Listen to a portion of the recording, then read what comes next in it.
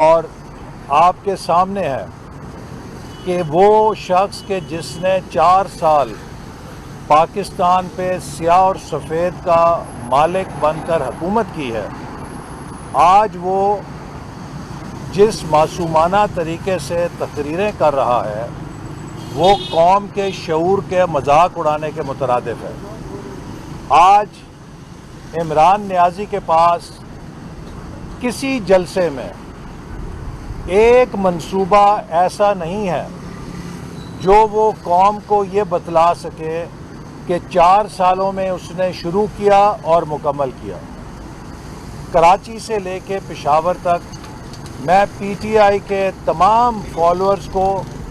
اور قیادت کو چیلنج کرتا ہوں کہ وہ ایک منصوبہ پیش کریں کہ جو انہوں نے اپنے 4 سالہ دور میں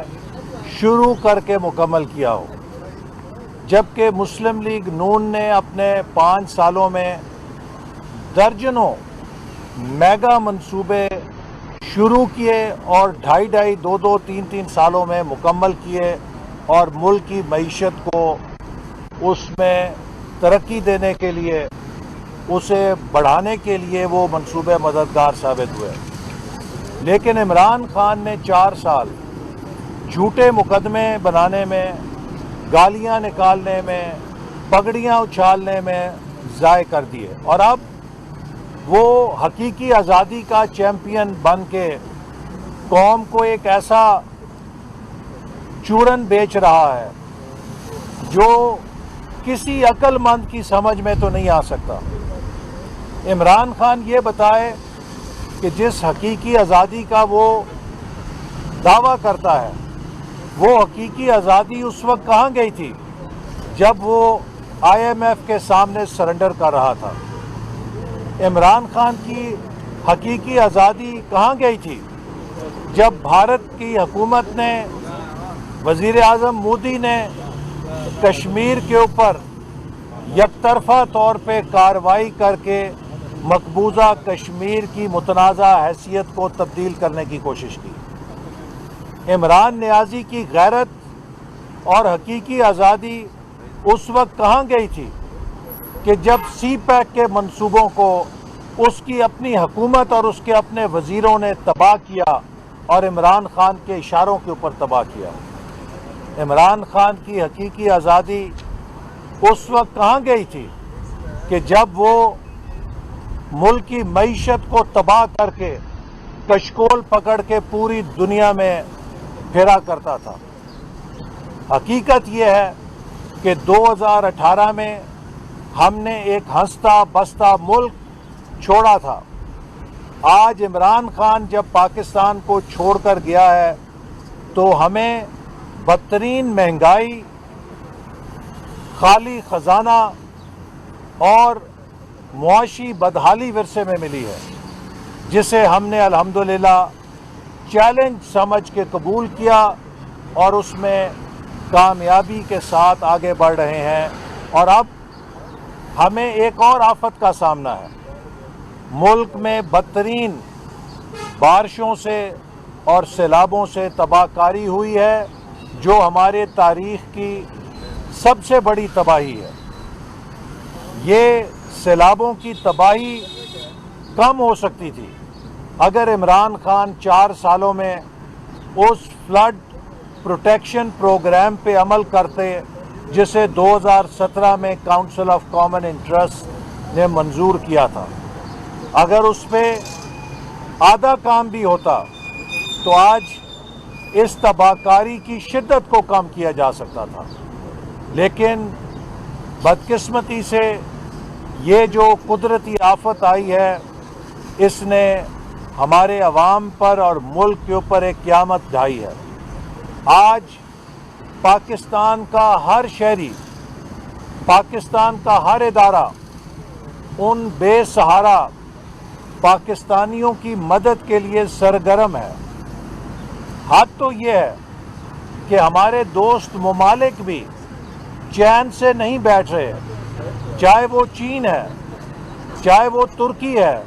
چاہے وہ یو اے ای ہے، چاہے وہ امریکہ ہے، چاہے یورپین یونین ہے، چاہے وہ دیگر دوست ممالک ہیں، چاہے وہ GCC کنٹریز ہیں، چاہے وہ دیگر ممالک ہیں، سب کے امدادی قافلے آ رہے ہیں اور ان کے مشن آ رہے ہیں تاکہ وہ پاکستان میں تباہ کاری کا جائزہ لیں اور اس میں پاکستان کی مدد کریں۔ لیکن عمران نیازی اس قیامت کی گھڑی میں بھی اپنی سیاست چمکانے کی چکر میں پڑا ہوا ہے اور قوم کو ہر روز تقسیم کر رہا ہے۔ کل عمران نیازی نے جو مسلح افواج پہ حملہ کیا ہے، میں سمجھتا ہوں کہ ایسا حملہ کبھی پاکستان کے کسی دشمن نے نہیں کیا ہے۔ عمران نیازی نے پاکستان کی مسلح افواج کے میرٹ کے نظام کو، جس میں ترقی اور ترقی دینے کا ایک میرٹ کا نظام ہے جسے پوری دنیا میں تسلیم کیا جاتا ہے، عمران نیازی نے کل اسے